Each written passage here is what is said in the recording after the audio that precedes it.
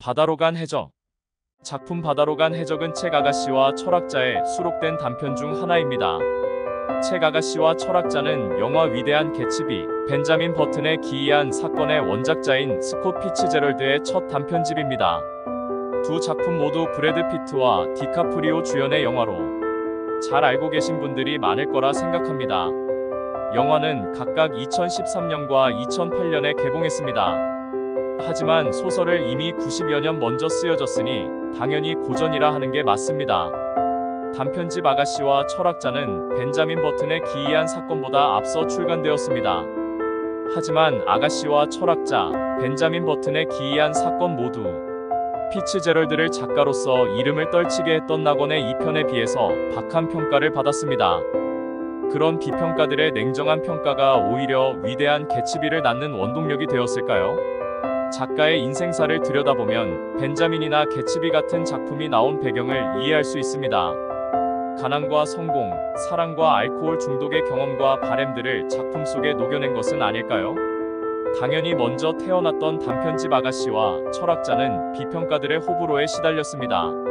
수록된 여러 단편 중에 바다로 간 해적의 내용을 소개하겠습니다.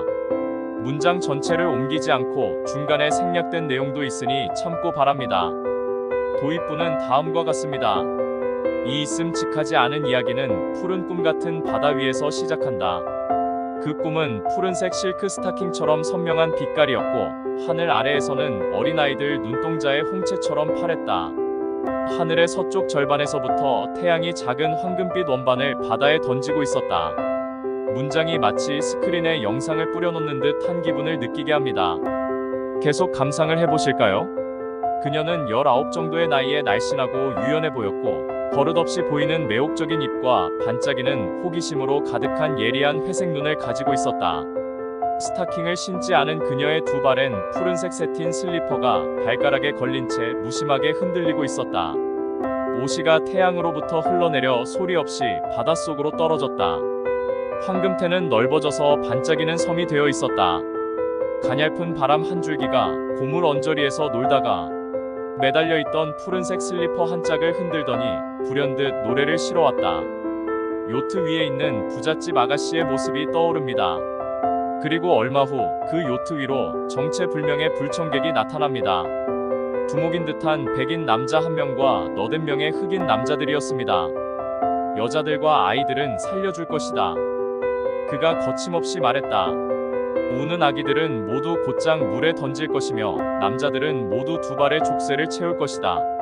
아디타는 흥분하여 두 손을 호주머니 안으로 찔러 넣으며 그를 쳐다보았다. 놀라서 말을 할 수가 없었다.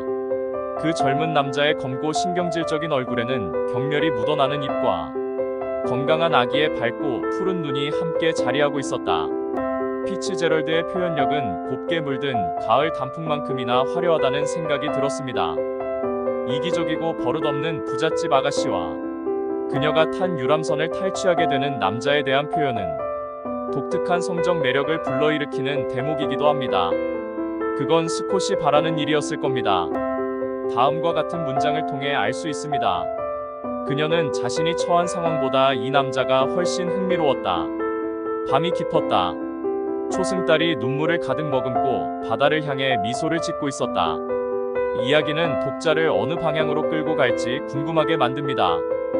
칼라일이 마침내 그 침묵을 깨뜨렸다. 복 많은 아가씨로군. 그가 한숨을 내쉬었다. 난 항상 부자가 되고 싶었어. 그리고 이 모든 아름다운 것들을 사고 싶었지. 아디타가 하품을 했다.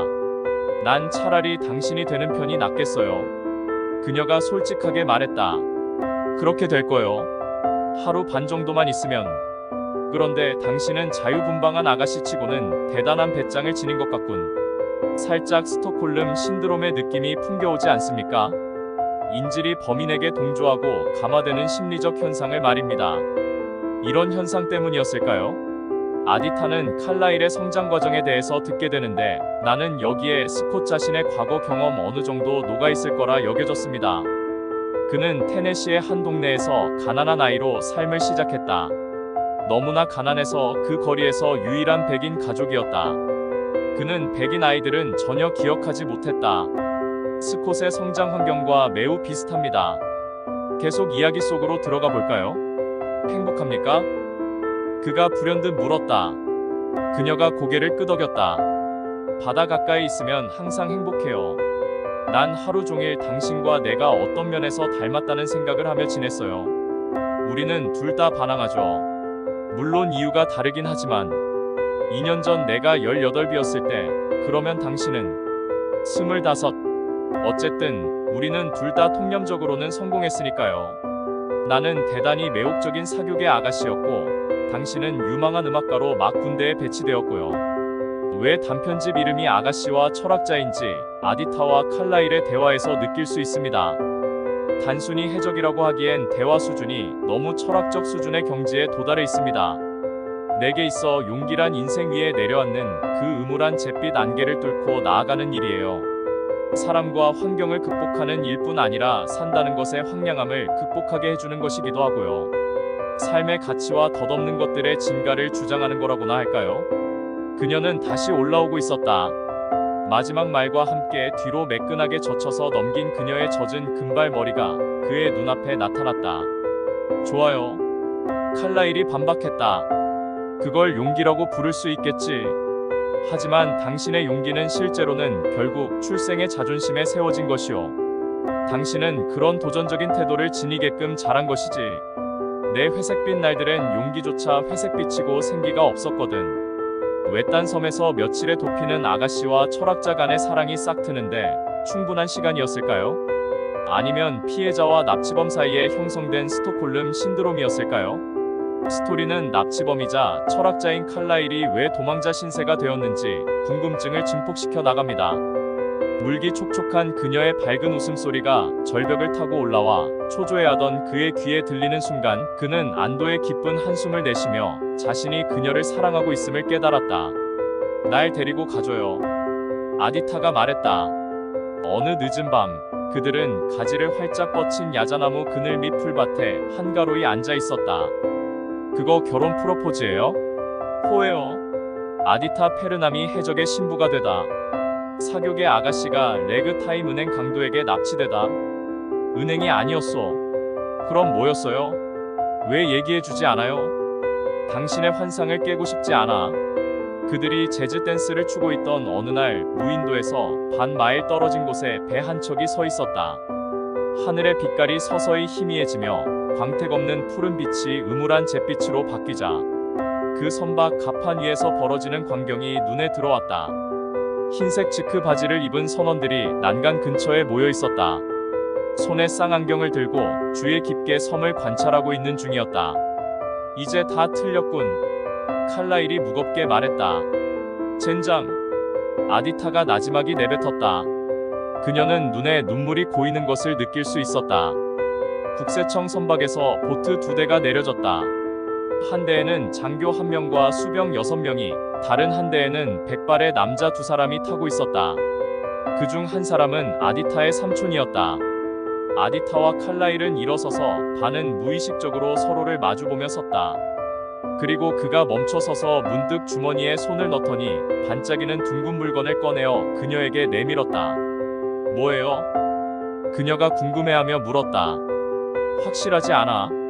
하지만 러시아어가 안에 새겨진 걸로 봐서 이것이 당신이 약속받았다던 그 팔찌인 것 같아. 어디서 세상에, 아니 어디서. 저기 자루들 안에 있던 거요. 커티스 칼라일과 그의 6 흑인 친구들은 팜비치 호텔 카페에서 공연을 하던 중 갑자기 악기 대신 자동 소총으로 바꿔들고 관중들을 털었던 거지. 이 팔찌는 입술을 과하게 바른 어느 빨간 머리 여자에게서 내가 뺏은 거요. 아디타는 얼굴을 찌푸렸다가 곧 미소를 지었다. 바로 그거군요. 당신이 한 짓이 정말 배짱 한번 좋군요.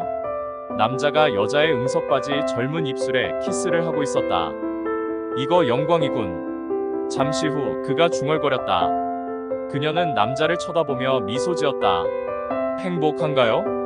그녀의 한숨은 축복이었다. 그것은 그녀가 그 어느 때보다도 지금 젊고 아름답다는 것에 대한 황홀한 보장이었다. 그 다음 순간 동안 인생은 밝게 빛났고 시간은 환영이었으며 그들의 힘은 영원한 것이었다. 그러나 그때 보트가 배 옆에 닿으면서 부딪히고 긁히는 소리가 들려왔다.